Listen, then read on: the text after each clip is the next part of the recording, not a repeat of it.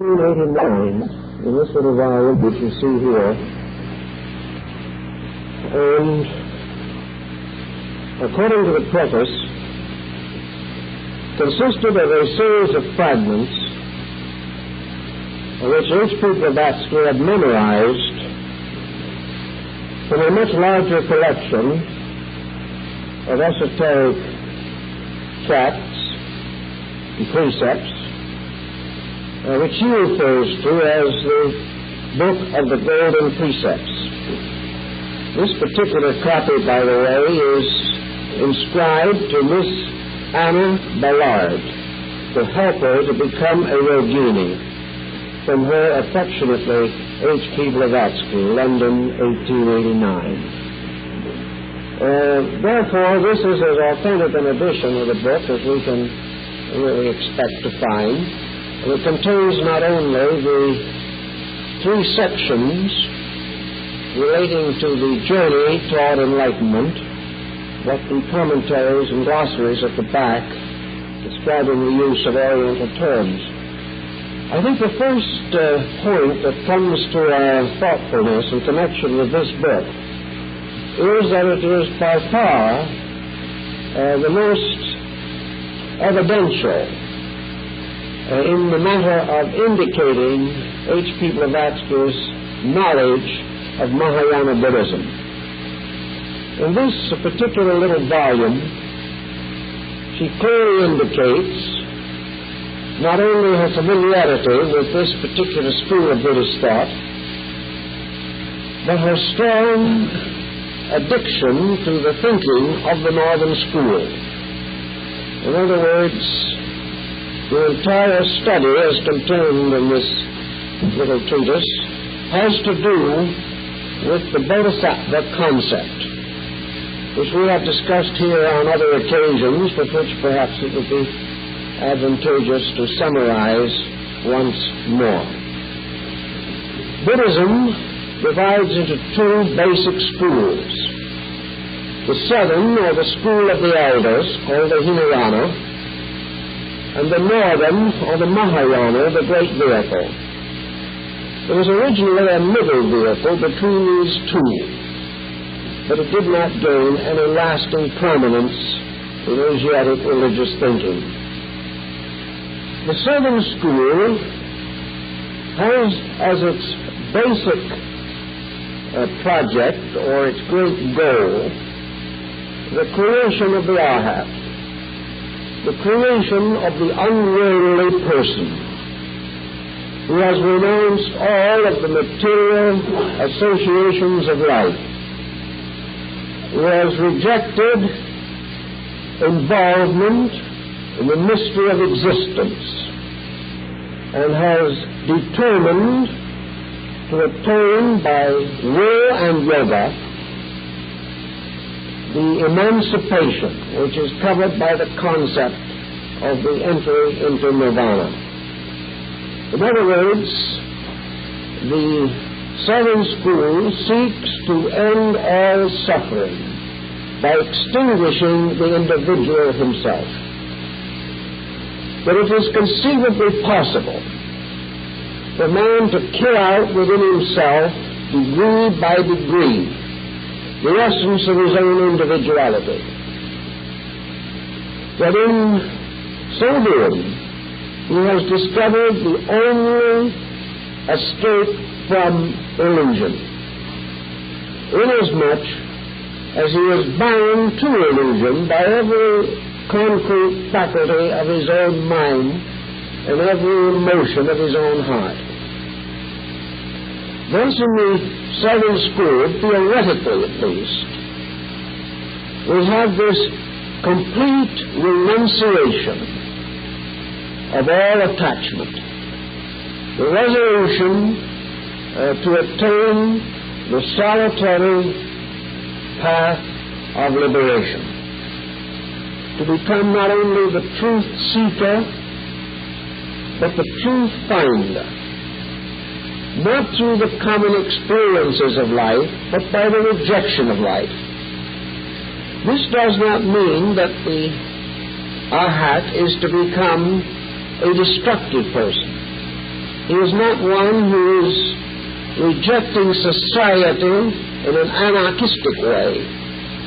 He is not trying to ruggedly create a new kind of society. He is simply rejecting all worldliness. And is not attempting to put in the place of illusion any tangible, physical, material, objective reality which he may experience or discover. This particular point of view, of course, was what we might term archaic. It is assumed to represent very completely the teachings of the oldest sacred writings of Buddhism. Yet, as we mentioned on another evening, the concept, though upheld by the Scripture, is not upheld by the example of Gautama Buddha himself. Far from renouncing all association with humanity, he devoted the greater part of his life to the continuous service of his fellow men. Certainly there is no evidence that he withheld from those around him any knowledge, consolation, insight, or understanding which could contribute to their enlightenment. Therefore, the life of the Buddha cannot be regarded as an example of the dicta of the Southern School. In the particular book we are working with, The Voice of the Silence, H.P. Blavatsky criticizes through the translation of old fragments of the Northern system this attitude of complete rejection of life.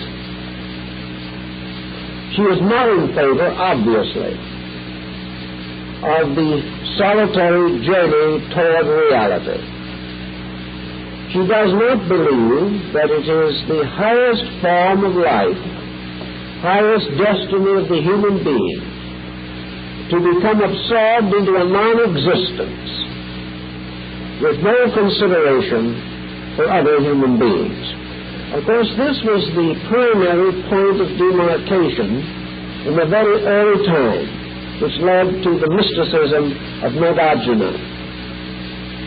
And according to H.P.B., the Book of the Golden Precepts was part of the wonderful storehouse of esoteric knowledge guarded by the Ragas in the Iron Tower in India, the mysterious repository of the esoteric doctrine of Buddhism.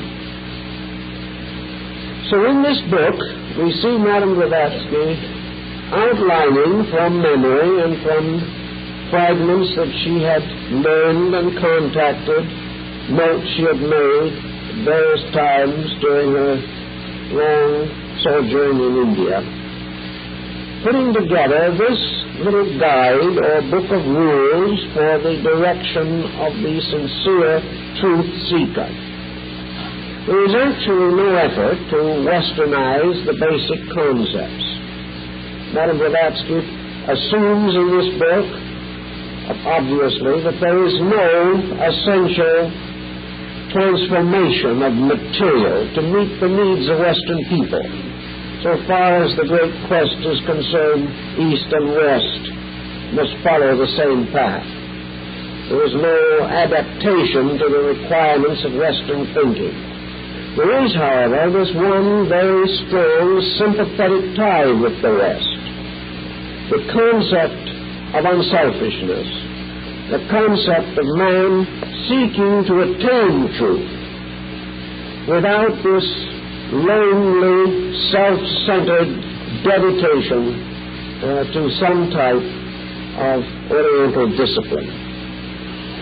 Out of the Buddhist texts themselves, there can only be one other clear statement of the path, and that is the Northern School. And Madame Blavatsky, following also the Buddhist position almost exactly, refers to this school as the heart doctrine, and the Southern School as the eye doctrine. The eye, in other words, in this case, refers to the power of vision, the optical sense. or the concept of the exoteric, which sees the external only, represented by the eye, as contrasted to the esoteric, which experiences from within, the heart doctrine, knowing with the heart, following the heart, setting up the tabernacle of hope in the heart rather than in the mind. Perhaps it is in this segregation or separation that we come the nearest to the east-west position. Actually, in Ceylon and other areas under the influence of the Hinayana, what Madame Blavatsky calls the I doctrine, we must realize that the average Buddhist is a very kindly person by instinct. Men are often much more kind than their beliefs. And we find that even now in our Western religion, where faiths which have a considerable streak of intolerance in them are served by very kindly, tolerant people who never realize that their beliefs are more stony, more cold or stony than the ordinary concepts might suggest. So we do not necessarily find people always following the letter of an ancient belief. Today we know that in Burma and in Ceylon and in Thailand or Siam, Buddhism is a very warm belief in spite of the fact it belongs to the Southern School. The only real difference between the two systems in modern practice, the only practical difference so far as the average person is concerned, is that the Southern School clings more definitely to the imagery of the historical Buddha Gautama.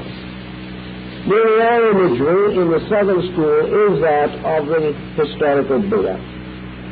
Buddha, his apostles or disciples, may sometimes also receive some imagery, but the only Bodhisattva recognized in the Southern School is the Maitreya or Buddha to come. The other vast order of metaphysical beings find no place in the Southern system. Well, outside of this, we find the same general happiness of people. We do not find that this lonely road to extinction has led, for the most part, to lonely living in this world. The family life in these Buddhist countries is strong. The friendliness and relationships are gentle and, for the most part, kindly. So even in Southern Buddhism, while the creed remains very severe in its principles, it is served by people who are not especially severe in their own conduct. The great stronghold of Southern Buddhism today is not in Ceylon, Burma, or Siam. It is in Germany and England. But while, of course, the following is small in Europe, the modern European intellectual rather favors the intense detachment, the freedom from all theological involvements which have distinguished the Southern School of thought. It seems more rational in the sense of science. Science believes that when we are dead forever. And Southern Buddhism changes this into a final extinction as a result of outgrowing worldliness. But science and Southern Buddhism both seem to end in some kind of an extinction. Therefore, they more or less favor each other's points of view. The Northern system, however, is more completely idealistic and more theological. Therefore, is not as popular with the German intellectuals. It is to them, again, a compromise with the old superstitions which they feel they have outgrown. Madame Blavatsky very firmly takes the ground that the Northern system represents the true custodian of the esoteric doctrine, that it is not merely a matter of the system that you use. It's possible that both the southern and the northern systems of Buddhism have both derived much of their esoteric discipline from yoga and Vedanta, and from the early religions of India. Many of the quotations used by HPV in The Voice of the Silence are pre-Buddhistic, that have become involved in and become part of Buddhist thinking. Actually, however, as she points out, it is not just simply this orthodoxy, this dedication to development, to growth, to the inner ways of things, this renunciation of that which is illusional, mundane, or to the more mystical inclined, worldly. This is not the entire problem. The great problem lies in the wrong element, that the individual's motives have a tremendous part to play in his spiritual attainment. And to Blavatsky, the motive of the individual searching for salvation for his own sake is not the highest motive. This, of course, leads to some controversy between the different systems. There can be no doubt that the Arhat system does produce the possibility of the individual attaining the nirvanic condition by a magnificent self-discipline, a renunciation of worldliness, and a final overcoming of all sensory processes and pressures within his own nature. However, this must indicate in some way that there is more than one kind of nirvana. There has to be more than one kind of end, because there are certainly several means by which this end can be attained. And from the general tone of The Voice of the Silence, it would be implied by H.P. Blavatsky that the Arhat, seeking completely isolated attainment, having in this very process itself fallen into a kind of illusion, that in so doing he is going to attain the end which he believes. If he believes that he will enter nirvana and cease to exist, he will carry this belief, but it will be an attitude rather than a fact. And when he attains this nirvana, which he believes, he will attain an internal state of his own existence, which, however, may not prove to be ultimate, may not attain the final consummation which he desires. It is quite possible that the individual who believes that after he leaves this life, he will go to a summer land with palaces and white-robed figures, may be able to evoke this picture within his own consciousness and actually believe that he attains it. If, on the other hand, he believes that this summer land is an illusion, and that the only true end is a complete suspension of existence in a colorless, soundless, dimensionless sphere, he may, after death, find himself in such a region. But whether the region is any more real than the summer land of the spiritualist is another problem. And H.P. Blavatsky seems to imply that there is grave danger that this isolated truth seeker is going to end in a universe which he has created himself, rather than in the infinite which he has expected to attain. In any event, she leaves a strong sense that there is something wrong with this tremendous search for liberation. It is quite possible that the being may attain that condition of the taking upon itself of the Dhammakaya, or the body of infinites, so that this being, this Arhat being, who has renounced all existence, may so sever all connections with material existence that it cannot return, when it cannot take on again any of the conditions of existence. But then comes the question, under these circumstances, will this being find peace or loneliness? Will it really have outgrown the world in the truest sense, or will it merely have separated itself from the world, perhaps to wistfully look back sometime upon a condition which is no longer changeable by any action of its own? But in any event, Blavatsky certainly favors and gives greater consideration to the concept of the Bodhisattva attainment. I think that one point that we also have to bear in mind, however, is that she differs from the Northern school also in one particular. The orthodox Mahayanist regards the Bodhisattvas as essentially symbolic extensions of the powers of the historical Buddha. In other words, all the metaphysical Buddhas and Bodhisattvas are personifications of principles. They are not regarded as beings. They are not held to be true persons. Rather, they are ideal types. And in this, the Northern school has a tendency to create a curious kind of theology without gods. A theology which Dr. Anasaki calls a cosmotheism, a system in which embodied principles take the place of personalities.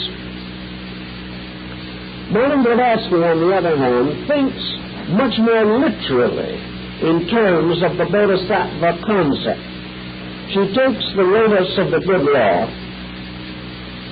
the great Lotus Sutra of Northern Buddhism, and in the stories of the attainments of the Bodhisattvas, she takes it much more for granted that the average truth seeker is ultimately going to attain the Bodhisattva condition, and therefore that the Bodhisattvas are true beings, representing a degree of evolvement from mankind itself. That they are therefore not merely personifications of principles. They are dedicated, illumined persons who have attained to a stupendous degree of internal insight. They are demigods or superhuman beings, but they are beings as such. They are not merely personifications of principles. Now, I think in this particular point, we probably will have to make a division between these embodied principles and the possible involvement of human beings to the Bodhisattva state. This has been suggested in dividing the waters to allow for two kinds of Bodhisattvas. One kind being eternal, being truly the embodiments of the various cosmic energies arising from the great source of all energy, the eternal, luminous, unconditioned, unchanging Virakana Buddha. From this vast cosmic being flow forth the attributes and conditions, as in the case of light coming from the sun. The light itself breaks into colors like a spectrum, and to each of the colors of this light a name is given. And to one of these colors is given the name Kanman, to another one of these colors Manju, to a third Fugan, to still another Miroku. They represent essentially the colors of the infinite light of truth itself, They represent division within energy, by which energy is qualified, and by being so qualified becomes available to maintain the various orders of life that exist in nature. Light sustains all life, and light itself is a manifestation of an infinite life. And this infinite life is good or by reaching Yorai. The human bodhisattvas, those who are growing up from nature, from the human state to the superhuman state, ascend along the paths of light, which are indicated or intimated in the book, The Voice of the Silence. Each of these ascending beings, human beings at one time, less than human at another, more than human at still another, these belong to ways. They belong to, in some mysterious way, to orders of life. From light they have their origin. But we have all originated from some color of the light. Therefore, our own psychic integration belongs to one of these rays. And we gradually attain our enlightenment by ascending to truth along the paths of light which are peculiar to ourselves. Therefore, we can use an example which perhaps will indicate the general thinking. The Bodhisattva Kanban, representing the eternal, luminous principle of compassion. HBB points out clearly that in her thinking, Avalokita, or Kanban, is not an attribute, but an eternal principle in itself. Compassion is not simply a quality of mercy that is not strained. Compassion is a color of the eternal light of space itself. These wonderful virtues, therefore, have a free existence as light, as energy, as substance. Therefore, perhaps they correspond at least partly to the Greek idea of the eternal gods.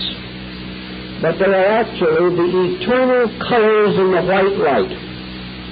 They are the mysterious spectrum of eternal energies. Therefore, the principle of compassion is of itself a living thing, an attribute of existence. And there are those who, in truth-seeking, are inevitably drawn to this particular light color.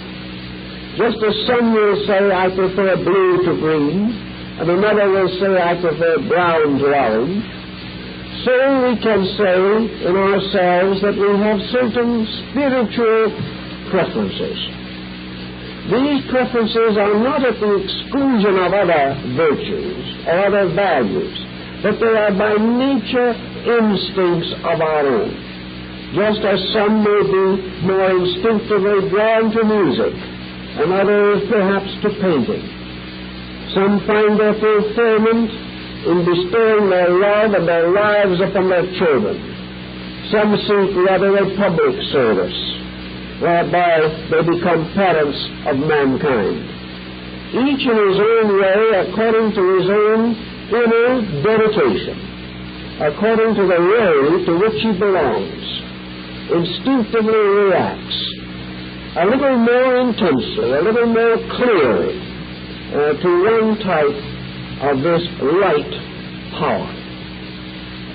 If, therefore, the individual who is seeking attainment is resolved to dedicate a life to service, to become the compassionate power, almost trying to assume in itself the burden of the sin of the world, the all-understanding one, the all-comprehending, the all-sympathizing, that which is moved by all sorrow, the large, mysterious Bodhisattva ear, indicating the power to hear the cry of the smallest creature floating in the sunbeam, so that there is not a single breath of life or death in space that the ear of the compassionate one does not hear it.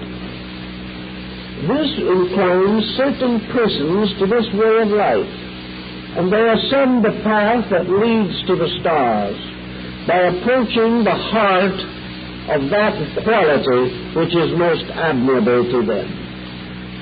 So we have the common quality.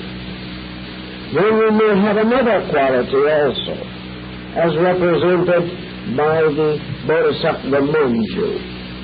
Manju is the one that is referred to in the Lotus Sutra as a young man of good family, a prince of the heavenly world.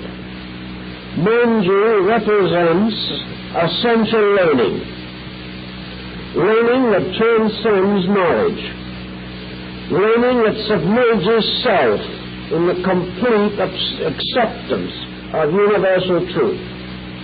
Just as surely as compassion leads to universal insight and universal love, so learning leads to universal wisdom, and most of all in learning, universal obedience. Therefore, Manju represents knowledge regenerated, redeemed, purified, spiritualized, until it becomes the perfect attainment leading to the salvation of all that lives through the complete acceptance of laws that have come to be known and understood. Thus, each of these ray colors draws to itself from humanity those of special attribute or ability, and through the long systems of embodiments through which individuals pass, it becomes obvious that gradually their own farther ray or farther star becomes obvious within them, and they begin the journey back to that color of the infinite life which gave them being in the first place. This is part of the idea of the Northern School. But the Northern School has as its tremendous goal the achievement of the serving Bodhisattva. Now, the Southern School takes the ground that this is all useless. For actually, if you wish to take the sword of quick detachment, if you wish to destroy the destroyer, if you wish to assume that the mind is the slayer of the real, then we must finally assume that law is infinite, and that mercy and wisdom and all of these others, these qualities, are only man's images of perfections arising within his own nature. Some of the Buddhist sects of today in the Northern School frankly affirm this to be true. But Blavatsky's point of view is a little different in this. Whether the problem implies that the Bodhisattva is merely a symbol of the natural humanitarianism in man, or whether it is truly part of this great fabric that sustains the universal plan, the great truth remains. The mysterious virtue in this growth of the human consciousness resulting from dedication to unselfishness. That instead of killing out the self, as in the Southern School, the self is expanded until it encloses all other things within its own nature. Instead of killing out love, universalize love. Instead of killing out desire, redeem desire, so that it may desire the salvation of all that lives. Take each of these faculties and instead of destroying it, expand it to its cosmic proportions. Perfect it, redeem it, vitalize it with life, transmute it with the alchemy of insight, and gradually escape from the illusion of self, not by destroying self, but by so enlarging it that all that exists becomes part of self. By this means you achieve in a strange way almost the same goal. For it is difficult to tell in practice the difference between the individual whose being has returned to the infinite and the individual whose being has become infinite by virtue of its own internal enlargement. So in the path of the golden precepts as contained in Madame Blavatsky's outline, the primary dedication of the truth seeker must be essentially unselfish. It must be a dedication to the good of all that lives. And only by this dedication can the mysterious bypaths that lead to darkness be completely and entirely escaped. The unselfishness now takes the position which assumes the proportions of a total investment of self in the need of other creatures. Learning is no longer because it will give us knowledge, but because through it we can impart knowledge to all that lives. The individual, therefore, has to avoid the primary obstacles to spiritual growth. And here, I think, Madame Blavatsky was speaking for the members of the ES section and was also trying to bring home to Western scholars, Western students, something of the moral value of decision in terms of truth-seeking. It is not enough for an individual to take an obligation that he is going to search for truth. Nor is it enough for him to train his mind, integrate his faculties, and resolve to continue his search until truth rewards him. The only important consideration from the beginning is motive. Why does the individual wish to attain the truth? If he says he wishes to obtain it because it will deliver him from evil, the motive is good but not the best. If he says that he wishes to obtain it in order to escape from the suffering of the world, this motive is not as good as the previous one. The individual who wishes to attain wisdom in order that he may gain some advantage over an ignorant world has the lowest motive there is. And because of the lowness of the motive, the end can never be high. Built into the pattern, the plan, the search we are making, is the outcome of it karmically in the terms of the motive that impelled it. Man can never attain more than the level of principle upon which he began the search. Of course, it is conceivable that he may gradually change his attitude and move from selfishness to a more unselfish position.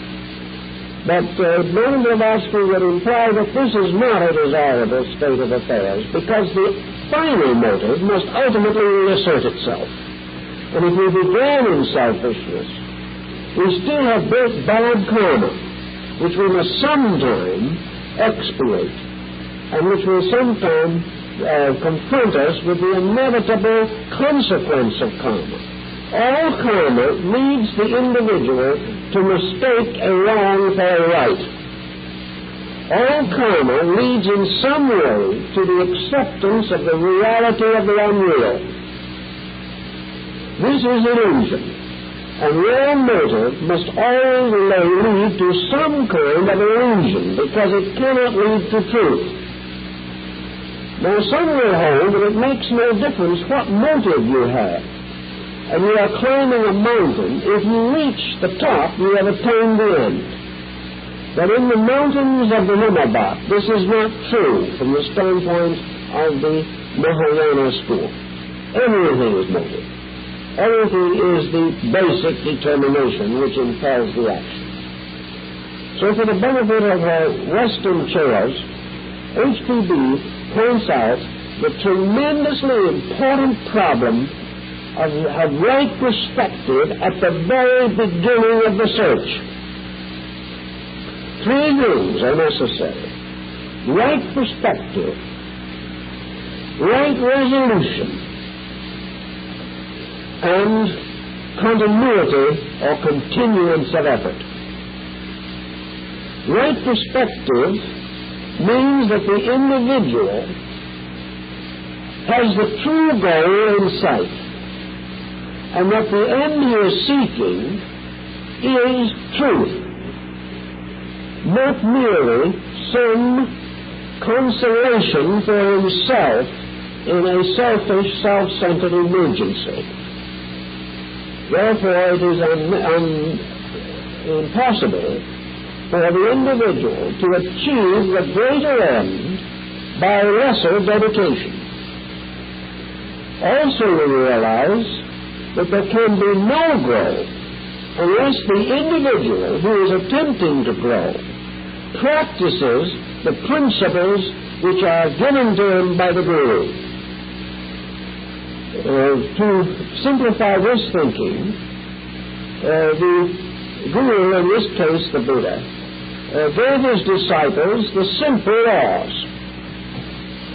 Refrain from all evil. Practice the good. Purify the mind. These were the rules, the basic rules.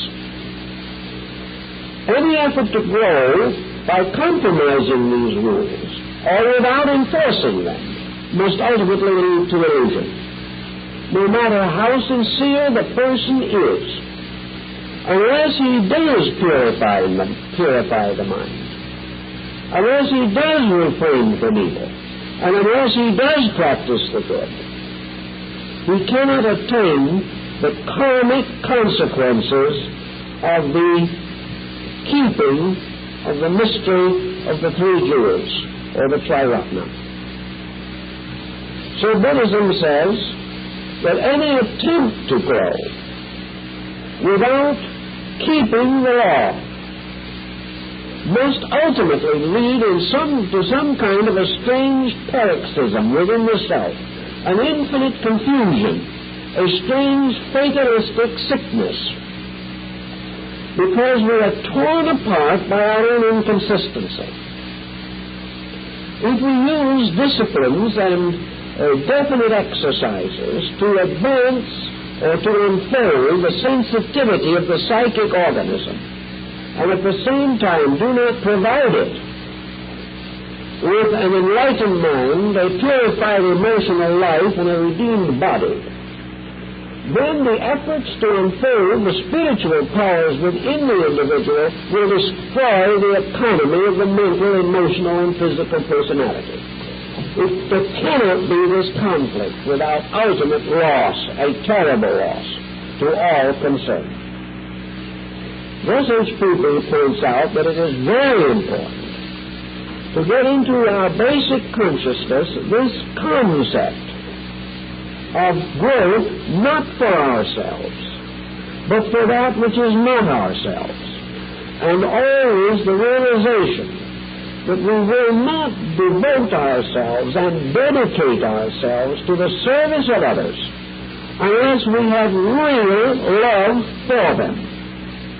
And if we do not have real love for all that lives, it is better to turn from the gate and wait, because otherwise we're going to be in trouble. And that was one of the difficulties that arose among HPB's own disciples.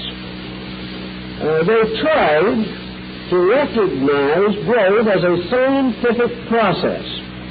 They put their minds to it with all they had, but they did not put their hearts to it with the fullness of compassion.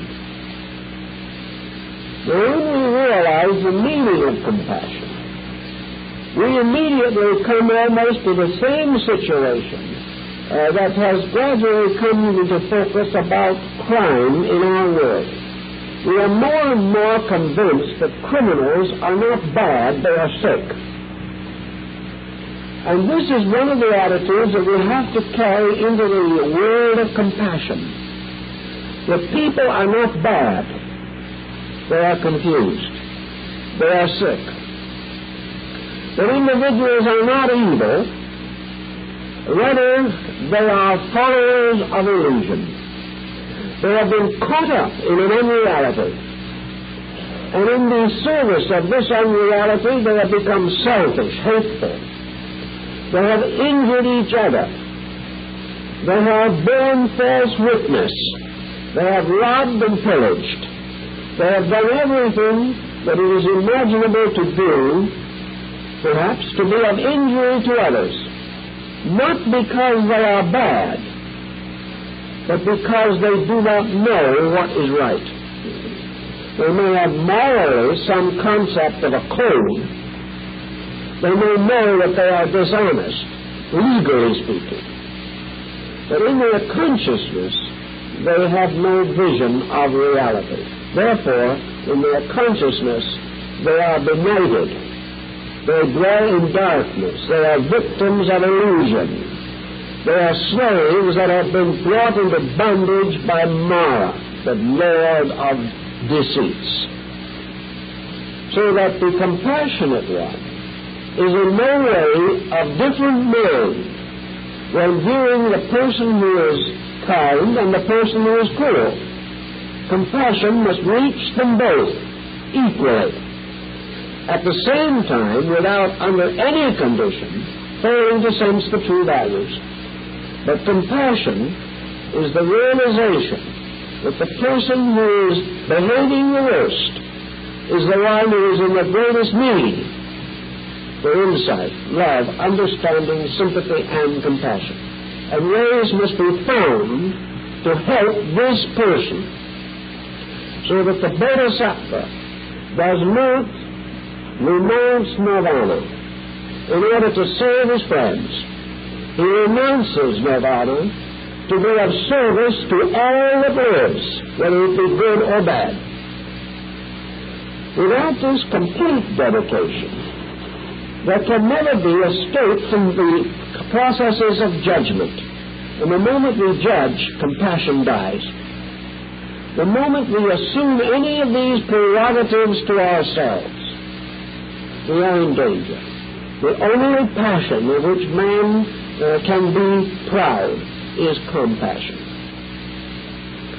And this is the mood that opens the portals of the world of spiritual growth. So the purpose of evolution in the search for realities is to produce within each aspiring soul this tremendous sense of selfless dedication to need. But the modern school seeks to produce the type of esoteric disciple who no longer even cares whether he is ever enlightened or not. He is not seeking enlightenment. All he is asking for is a job. He is asking for the privilege of giving everything that he has, everything that he is, to those in need, without the slightest hope of appreciation, expectancy of appreciation, or even desire for reward. It is the total giving.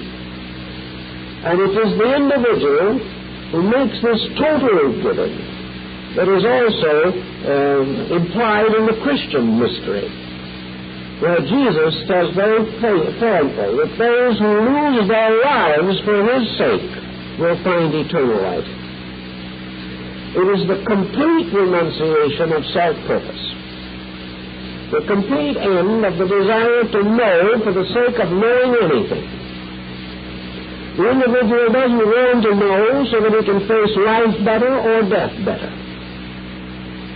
He wants to know in order that in complete forgetfulness of himself, he can help others to face life better and to face death better. His own fate is unimportant to him. And because in this way he loses his life by giving it up, so he shall find it again more abundantly.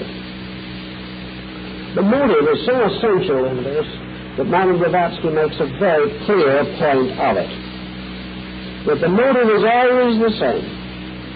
That the great path of enlightenment is the path of self-forgetfulness. The path of the complete power of the person to transcend the experience of being truly, greatly injured by anything. He is no longer concerned with how much he is injured. He is only mindful that under no condition, for any reason, must he ever injure anything. Now, this makes a rather complicated life in the Western world.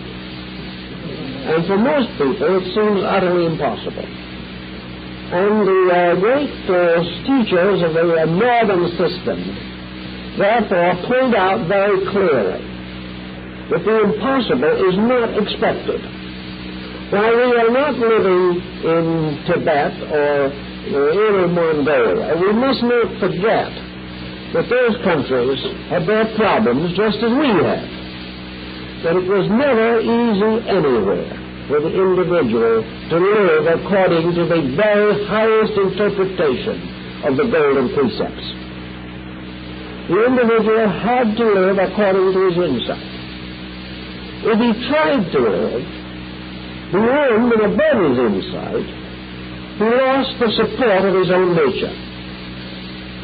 He might know within himself that he should do certain things.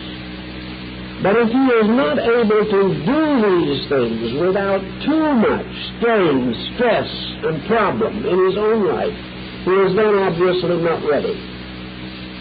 When he is ready, he will find that the way will open, as the Red Sea opened for the Israelites. But when the time is right, when he becomes utterly harmless, nothing will harm him.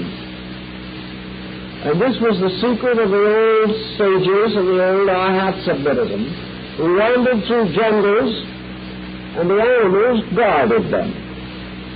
There are stories in the old books which are probably true, where the old sages were warned that there were dangerous animals in the neighborhood, like a ferocious tiger.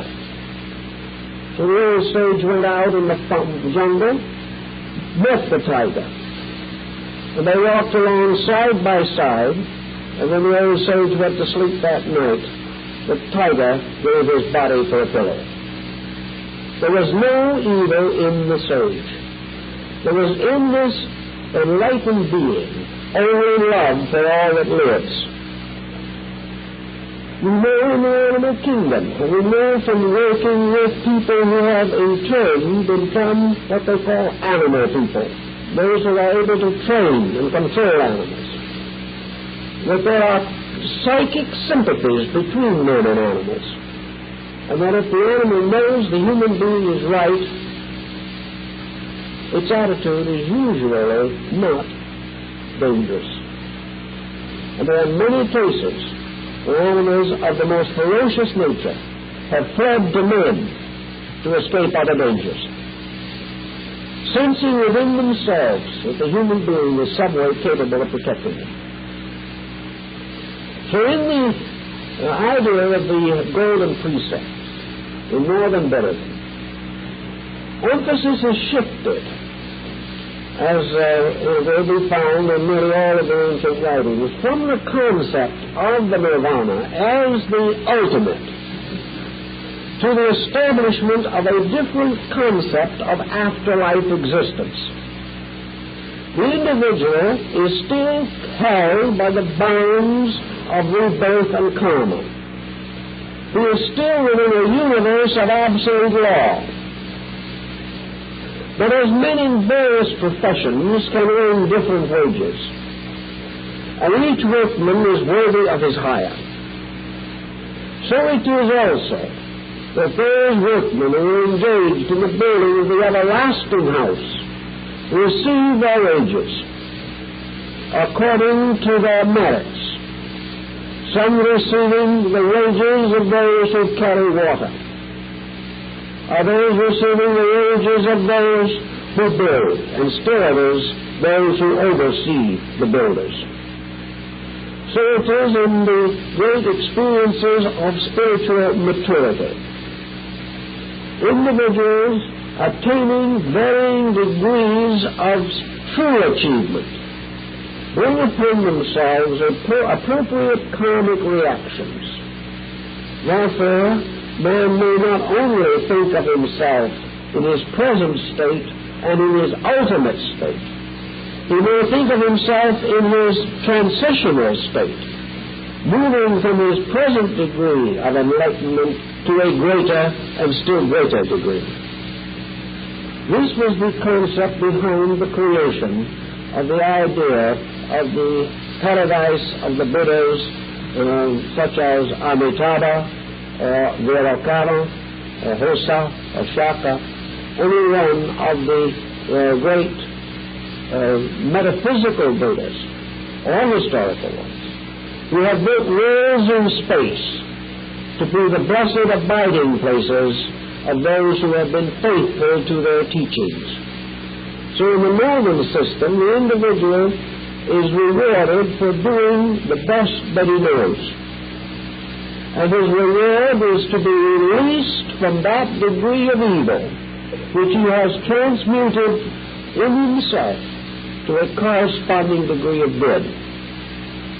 Thus, in the northern system, the householder, the shopkeeper, the businessman, all these and many others are perfectly able to attain the spiritual graces without renouncing their professions, without giving up their works, without leaving their homes and families. But the achievement is always according to motivation. And if the individual who is dedicated to the service of those responsibilities that he has assumed and serves them faithfully is just as spiritually unfolding as the person who renounces the world to go out on some solitary course of arhatship. Actually, therefore, the world itself becomes the great hall of initiation. The worldly problems become the steps which lead into the inner sanctuary of the mysteries. The Mahayana position in this case, I think, is very well taken. For instead of the yogas of the detached, renounced, unworldly person, now comes the more kindly yogas of the fulfillment of duty, the fulfillment of the needs of others. The unselfish parent is just as much a victor by renunciation as the person who walks out on all his attachments. The northern Buddhist does not believe in this walking out of anything. He believes in working through all things, and that in the course of embodiments, life after life, the individual has earned the right to finally achieve freedom, to devote his entire existence to his spiritual growth. When the time comes, he will earn this right and it will be given to him. But he must never anticipate his own right to walk out on that which is his present need.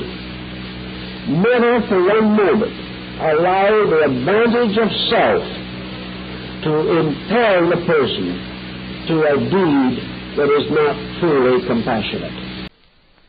Those who despitefully use them, well, this is a merit. And this is a very hard merit for modern man to take on enthusiastically. Well, how can he expect to take on the whole illusion of the world and work through it to liberation if he cannot take on a small weakness of his own? How does he expect to unfold this wonderful mystery of life within himself if he cannot make a first simple offering at the altar of eternity? So in the book of the Golden Precepts, we find the individual reminded of the three natures of the Buddha himself, and of how these natures are involved in the growth and unfoldment of the disciple. We may say that the Arhat body, the Arhat is recognized in northern Buddhism, but he is made subordinate to the Bodhisattva. In the northern system, the Arhat is no longer the solitary sage seeking nirvana. The Arhat now becomes a warden in the great house of the mysteries. The Arhat is now the custodian. He is now the guru, the great order of the gurus. The Arhats are the teachers. They are the disseminators of the doctrine. Therefore, they are the ones who function and continue to function in the lowest of the three bodies, the Nirmanakaya. They are the ones who continue the terrestrial forms of things. And in the art of northern Buddhism, the Arhats, whether it be the group of 16 or the circle of 500, the Arhats are always represented as grave-faced men, some of rather amazing appearance, some rather grotesque, some giving the impression of extreme severity, and others, like some of the Zen patriarchs, really quite happy and good-natured. But they dress in the robes of monks. Their heads are shaven in most cases, and they live in hermitage, they live in the forest, or they walk in the marketplaces, they teach, they serve the sick, they represent the degree of the truth seeker who is dedicated to the first labor of the northern system, and that is growth through common service. These teachers are the dedicated servants of truth, and they claim to be no more than servants.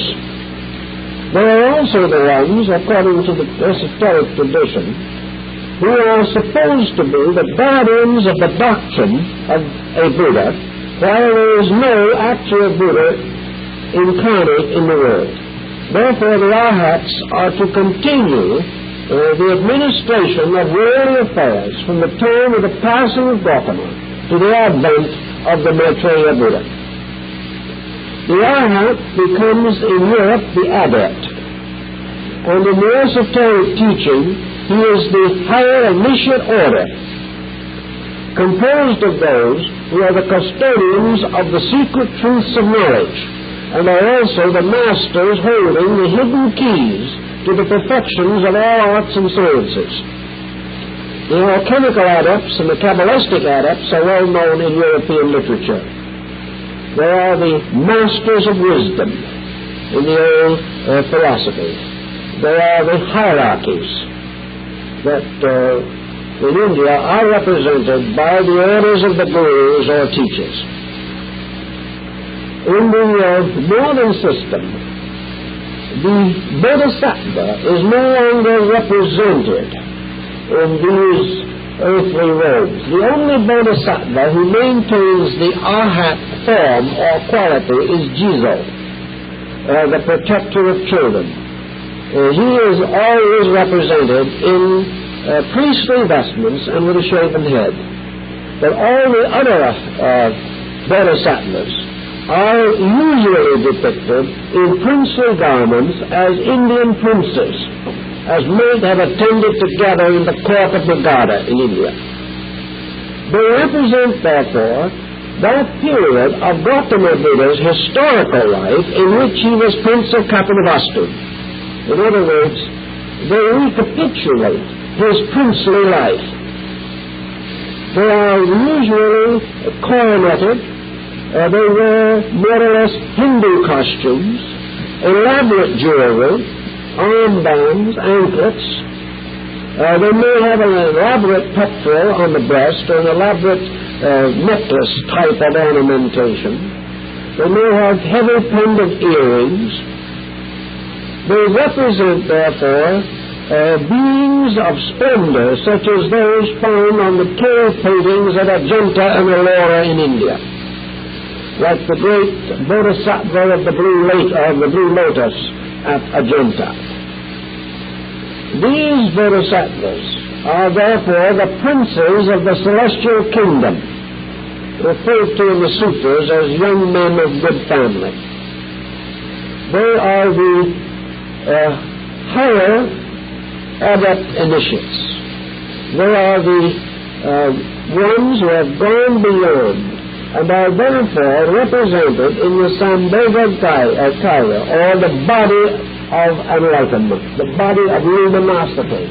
In art, they are often symbolized as this vehicle that they have, the soul body, the golden wedding garment of St. Paul. And they are nearly always represented with gilded bodies, and usually haloed and throned. They may have the nimbus behind the head, the halo around the body, or a mandala surrounding the entire religious icon. They may be canopied and surrounded by radiant angels in the iconography of the Asiatic countries. In any event, they represent the princes of the invisible empire. They represent the higher orders, the higher Mahatmas, the Rishis, the great sages. But in the northern Buddhistic system, they have been separately endowed with certain capacities, and they represent what might be termed the Supreme Council of the Great White Brotherhood. This concept, which we find expounded throughout the northern system, means that the Bodhisattvas are the ones who have achieved the highest attainment that man can achieve, and still retain contact with humanity. Now, the point involved in this is rather interesting also, and as it is part of the story in the Voice of the Silence, I think it might be worth mentioning. Man today has actually no awareness of the evolutionary processes taking place within himself. He does not realize that he is himself master over a vast order of living things, that in his bloodstream, muscles, and bones there are living creatures. Creatures that in their own spheres may be just as conscious as he is. He does not know. Because of their total difference, because he has ascended to a much higher level of complete, homogeneous consciousness, he has attained this by losing awareness of them. The human being is no longer capable of extending his consciousness down into a fingernail or into a small area of bone and experiencing the spiritual mystery of the life that is there. For that matter, he cannot reach out around him in nature and experience any creature except himself. He may observe all. He may meditate upon and study many types of life and develop strong sympathies, but he can never identically experience the consciousness of anything except himself. Now, in the ideas of the Northern School, the Bodhisattva has ascended far beyond the ordinary consciousness of man, and the next step would be that he could no longer recall his own humanity. He could no longer be again one with the world he has left behind. One more step, and he would be incapable of pain. One more step, and he could no longer know sorrow. One more step, and he could not walk beside misery with great compassion in his heart. But if he went any further, the mysterious workings of the law itself would lift his consciousness to a degree in which he could no longer tune in the miseries of the ignorant. There would come a point in going upward and onward when something of the law has to be dropped off. It is also pointed out in the Eastern wisdom that this happens in the development of extrasensory perception gamuts. While the individual develops a higher sensory perception, he must drop off one of the lower ones. He cannot bridge beyond a certain amount. If he does, he then creates too much conflict, too much division within himself. He cannot hold together more than a certain number of octaves of consciousness within his own being. So the Bodhisattva has to decide, as he stands in the radiant Sambhoga body, whether he is going to go any further or not. If he does decide to go further, he is forced to relinquish the world. The only other step for him now would be to step through into the nirvana. He would have to go on. But at the moment of the great decision, he does not have to go on. He can voluntarily renounce his own attainment in order to become more and more involved in the suffering of mankind. And the whole great order of the Bodhisattvas in the northern system, and according to this system they are legion, moving in from other planets, from other suns, from all dimensions of space, these radiant golden figures. These beings who are still selves by an act of will, who have each and every one of them voluntarily relinquished the great peace, have given up the end of suffering, who have voluntarily chose to remain in sympathetic psychic bond with the sorrow of the world. They have so made this decision in order that they may become this great band of servers, as they were called. They are therefore the great physicians of the soul. They are the teachers and the leaders who have resolved to remain with this one flaw left in themselves. If they reject this one illusion, they can no longer stay. And the question is, what error is it that they hold on to? Not because they have to, but because by so doing, they set in motion the karma which perpetuates their own bondage, and that is their intention. They have to be wrong in something. They choose to be wrong in something. Because by so doing, as an act of choice, having the vision, the wisdom, and the integration to go on, they still choose not to. And the thing that holds them, the binding thing which they cling to, and which keeps them in the world, is love. It is this deep, overflowing compassion for life, this great feeling of the need of another, in this case the need of mankind. And they remain fully resolved in themselves, however, that this love is in a sense a defiance of law. But to the Bodhisattva, this defiance is a new definition of law. For to him, love and the law become the same thing.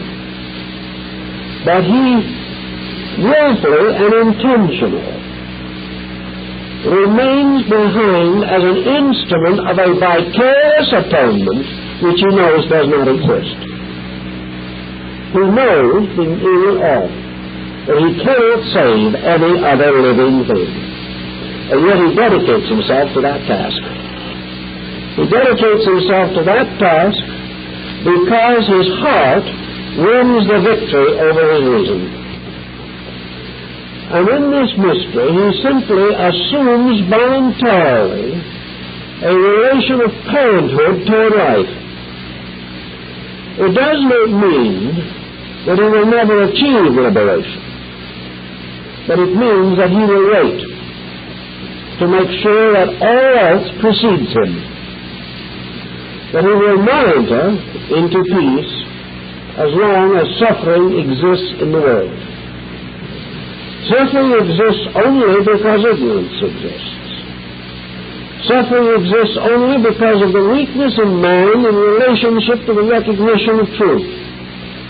Therefore, it is the duty and responsibility of the Bodhisattva to act as the living bridge, to provide out of his own consciousness the hope for those who do not have as yet the strength to achieve in their own right.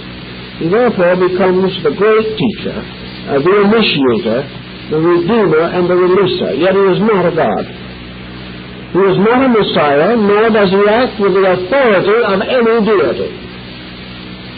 He is not one who has come because he is predestined or foreordained to come. He is not primarily answering the prayer of a suffering humanity. He has taken the Bodhisattva obligation for one reason only. In his heart, he could do nothing else. This was his only motive. He does it because in his heart, the happiness, security, peace, and well-being of all other living things is more important than his own. Now, this can be rationalized to one step further. In doing this, in the Sambodha body, what happens?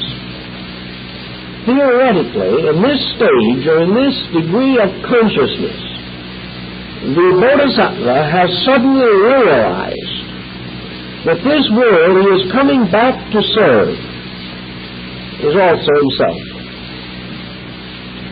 The Sambodha body, the luminous sphere, means that he has diffused himself throughout all life, realizing this life's identity with his own. Instead of being now one upon whom men move or turn, or one who in turn gazes down upon a suffering world, the Bodhisattva takes on the world. Instead of the nirvana or the great liberation, it voluntarily takes on the great bondage, diffusing itself through all that lives, for the redemption of all that lives and itself. This is the northern concept of the great unselfishness, that the individual who makes this sacrifice, strangely enough, does it not only for the redemption of the imperfection of the world and the redemption of itself, but also for the redemption of those who have passed to the nirvana by the act of the seven schools. In other words, the Bodhisattva also redeems the nirvanic plane itself. He acts in the place of those who have chosen to go on of their own accord to their own achievement. He cannot prevent this or change it. He has no right to. But he takes their place as well as his own, and in so doing permeates the entire sphere of existence.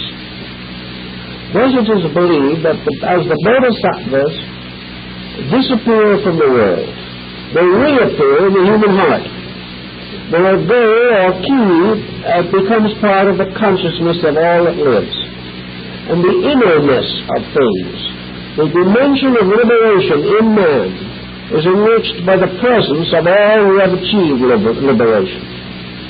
Now, in the northern school, it is also said that the Gautama Buddha, though he is believed to have attained the paranirvana and to have entered the great peace or the great silence, actually, according to the northern school, only passed from this world of physical things to an invisible state. As far as his disciples were concerned, as far as they knew, he had achieved the absolute dissolution of his own existence. But the northern school says that he did not. But what he actually did was to take on this Sambodha body again. That Buddha himself, therefore, became, in the moment of nirvana, not only an emancipated soul, but voluntarily reassumed the Bodhisattva state. Therefore, could be diffused throughout the universe again. Now, if you ask for proof of this from the older Buddha writings, then we are reminded that according to the teachings, once the Buddha has ended karma, which Gautama did, and has entered the paranirvana, he cannot ever return for any reason. Yet the Buddha died fulfilled the meditation, completed the karma according to his own words, entered the paranirvana, and then having entered the paranirvana, returned, reanimated his body, and preached his last sermon to his mother. Now, something is wrong in thinking, because if he had actually attained dissipation of body, if at the moment of the samadhi, which is described in the Mahaparinirvana Sutta, he could not have returned for any reason. Even 1 instant later, he could not have returned. Yet not only does the Northern School say that he returned, and does not only the old Pali scriptures which belong to the Southern School also say that he returned, but the esoteric teachings of both schools say that he was re-embodied as Sankaracharya. So that the story, as the Northern system is, that Gautama himself reassumed the Sambhoga Kaya, or the body of light, and continued to overshadow his Arhats and Bodhisattvas. This is preserved in the Northern School in the symbolism of the creation of the Eastern paradise of Gautama. That in the great mural paintings that were in the Kondo of Horyuji, which were burned, unfortunately, but of which adequate copies are preserved, the 4 great paradise regions are established. The 4th of these is the paradise of the East, which is presided over by the Buddha Gautama, who therefore is creating his own heavenly region to be embodied or to be inhabited by his Bodhisattvas and Arhats, which are really only fragments of himself. Well, the Northern School goes much more profoundly into the transphysical aspects of these matters. Also, in the Lotus Sutra, there is the famous vision of the stupa. Now, the vision of the stupa is the vision of a tower. And when the gathering of the Buddhas and the Bodhisattvas and the Arhats and the great brothers and the great sisters, the nuns, led by the mother and the stepmother of Gautama, when this vast assembly, which extends to the furthest corners of space, is all there suddenly descends from the sky a pagoda or stupa, a monument, a mortuary monument. Seated in it, the vision or body of the preceding extinct Buddha, which is expressly referred to as the extinct Buddha. This being motions to Amida to come and sit with him in the pagoda. And the two have conversed there, Amida and the extinct Buddha. There is one possible explanation to that, namely that as far as the Northern system is concerned, the Nirvana does not signify extinction. Or extinction does not mean what we think it does. Rather, it means universalization. It means the expansion of a life beyond the identity of selfness into the identity of allness. And the pagoda, in this case, is the universe itself, which is the tower, monument, or shrine, carrying within it all of the Buddhas that have had historical existence in this world. Many pictures of them are found on the cave walls in Turkestan, the whole sequence of them, in the caves of Tongwang in Chinese Turkestan. So in the Northern system, which H.P. Blavatsky favored, you find the groundwork for the development of her own specialized interpretation of the esoteric schools, an interpretation somewhat influenced by Tibetan thinking, but largely the result of simple Mahayana logic, in which the universe becomes, so to say, this great field of experience. Each level becomes a degree of insight. The individual passes through tests, initiations, and disciplines, rising gradually from the state of ordinary human consciousness to the Arhat and to the Bodhisattva levels of illumination or enlightenment. Having achieved the Bodhisattva state, the being then begins to prepare the mysterious region of salvation over which it will preside, as in the case of the Buddha Amida, who took the obligation, when a Bodhisattva, to create the Western paradise. So the Bodhisattva takes the obligation to create the region of the redeemed, and then gathers to himself, as his obligation, all life within the area of his consciousness. We will get back to the color rays and so forth, you see.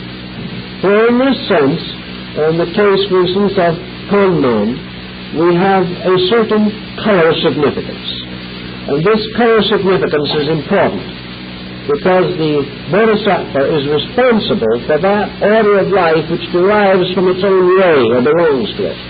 The ray of Amida is red.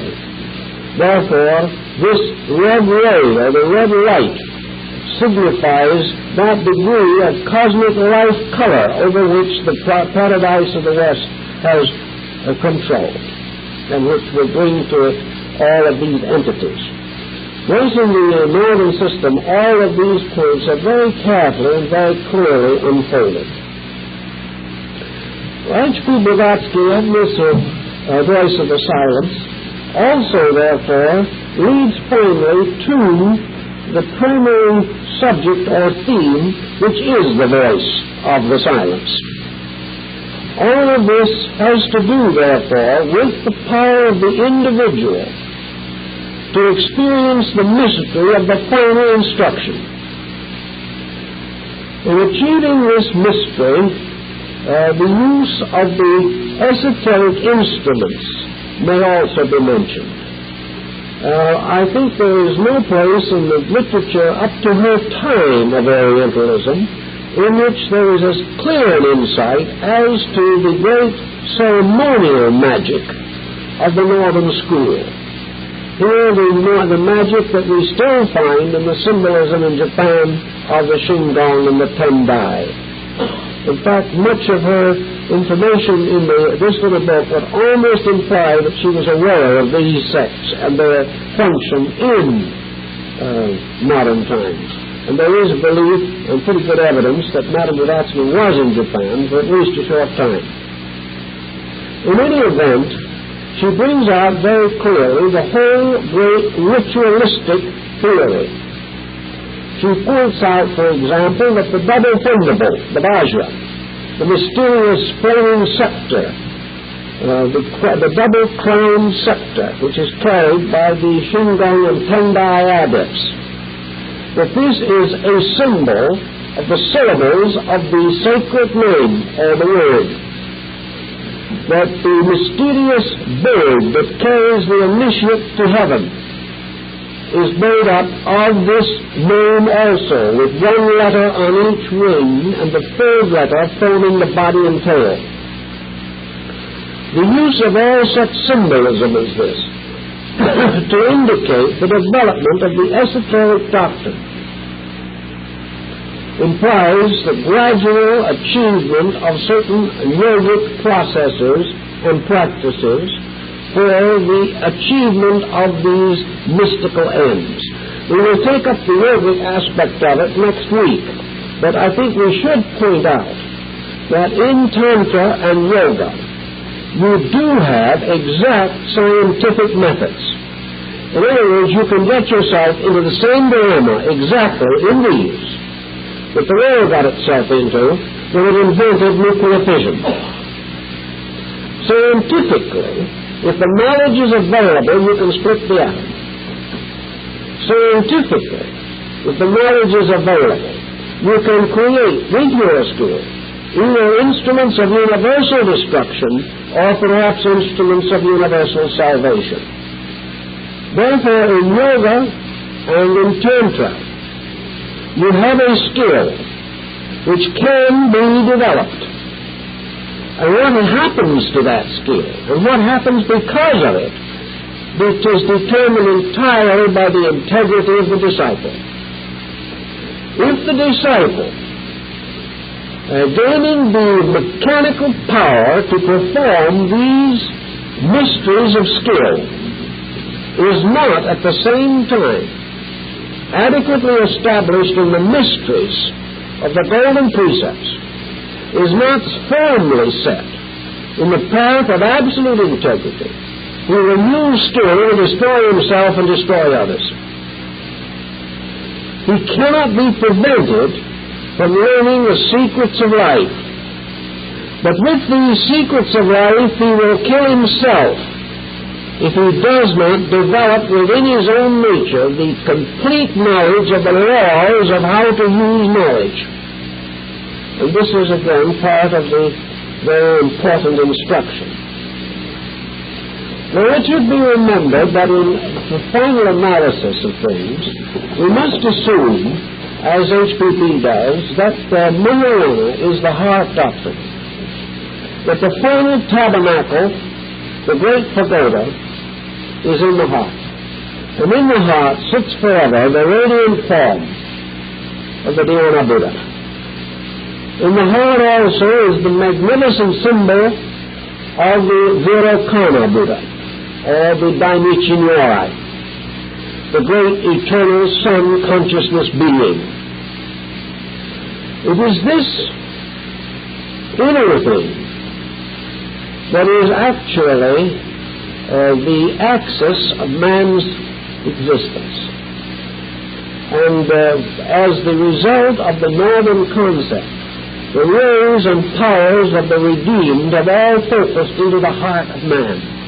And here, therefore, we have the great hierarchy governing all things from within themselves, with the heart as the mysterious Shambhala resting on the top of the great diaphragm muscle of the Gobina or Mount Meru. In the Vedic anatomy and physiology, the relationship of all parts of the body to the structure of the universe, this relationship is indicated and very clearly set forth. For our present purpose, however, what we really need to point out is that the final instruction, the final initiation, comes from the self-initiator in the heart. That finally the gurus are no longer great enough. The gurus cannot firmly initiate the individual. The guru can only prepare the individual by providing him with the means for the regeneration of his own nature. Having achieved this, the next step happens. But the guru is not responsible for the final keys of knowledge or for the communication of the mysterious secret name, which is the true name of reality. This can only be communicated by the heart, which whispers to the ear the secret of salvation. Therefore, in the story of the book of the Golden Precepts, the dweller in the heart that remains forever is the mysterious power, being or principle, substance, essence, or life reality, which speaks with the voice of the silence.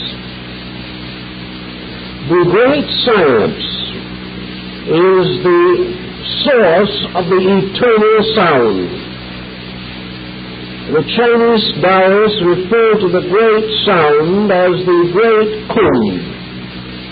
It is the sound which men can hear when they have silenced every other sound in themselves.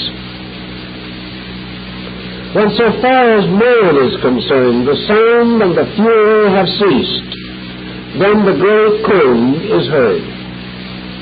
When man has transcended all desire, then the voice of the silence speaks. When the individual no longer speaks with his own mind or his own desires, or for his own mind or for his own desires, but remains eternally silent in the presence of the tabernacle in the heart, then the eternal speaks through man. But it will not speak while man is speaking. It cannot be heard above the sound and the fury which man himself creates.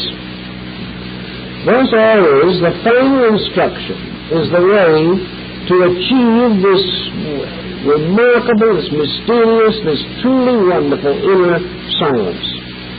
For all the piles of knowledge, all those questings and searchings of existence must lead in the end to complete peace. Plato had the same concept exactly, except that to him this silence he called faith. And faith is silence, because it is the end of doubting, and doubting is noise, sound, confusion.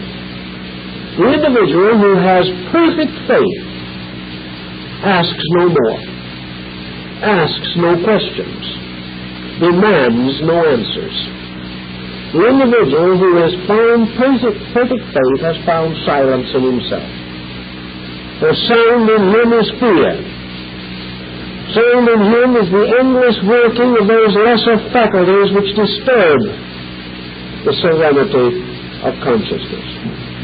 So whether it be in the Platonic system or in modern Buddhism, the principle is the same, that the goal is to achieve the great quietude, the quietude of the perfect acceptance, the quietude of the quiet acceptance of situations that can never be in any way disturbed. Quietude is the inability of inharmony to rise any longer within the person, because the roots of inharmony have been taken out. It is as though the mysterious vine and fiber of confusion had been cut with the sword of quick detachment. It is as though truly that man has slain the slayer of the real. For this slayer of the real is always the power of unreality to control feeling, thought, and action.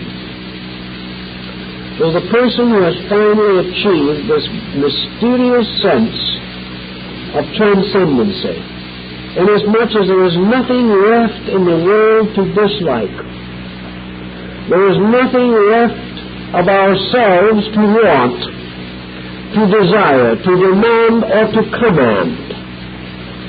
There is no longer desire to be like anything or to change anything.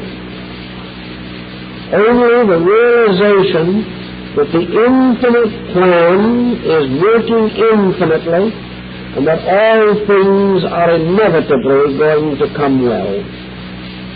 In the silence of this complete acceptance and this complete confidence comes the voice of the silence. Now, the voice of the silence arising within the stillness of man is described in ancient Eastern symbolism as the mysterious radiant fiat arising, floating, hovering above the great sea of timeless eternity, where the individuality is returned to the ocean of the infinite. And this great silence is always in the beginning of things. And in the opening verses of Genesis, there is the deep, without shape, without form, and void. And there was the Spirit of Elohim moving upon the face of the waters. And in the modern Buddhistic concept, this is also the same thing. Where in the absolute inner silence, the mysterious powers, the mysterious situation, the three tremendous syllables of the eternal word move upon the face of the quietude of man's deepness. And in that moment, the fiat is spoken. the voice of silence thunders, and in that instant a creation is born. For in that moment, the lower nature of everything that lives or exists is suddenly permeated throughout its entire structure with the lightning flash of the divine fiat. From that moment on, creation is ensouled with the Creator. And from the union of creation and Creator comes forth the infinite diversity of created things.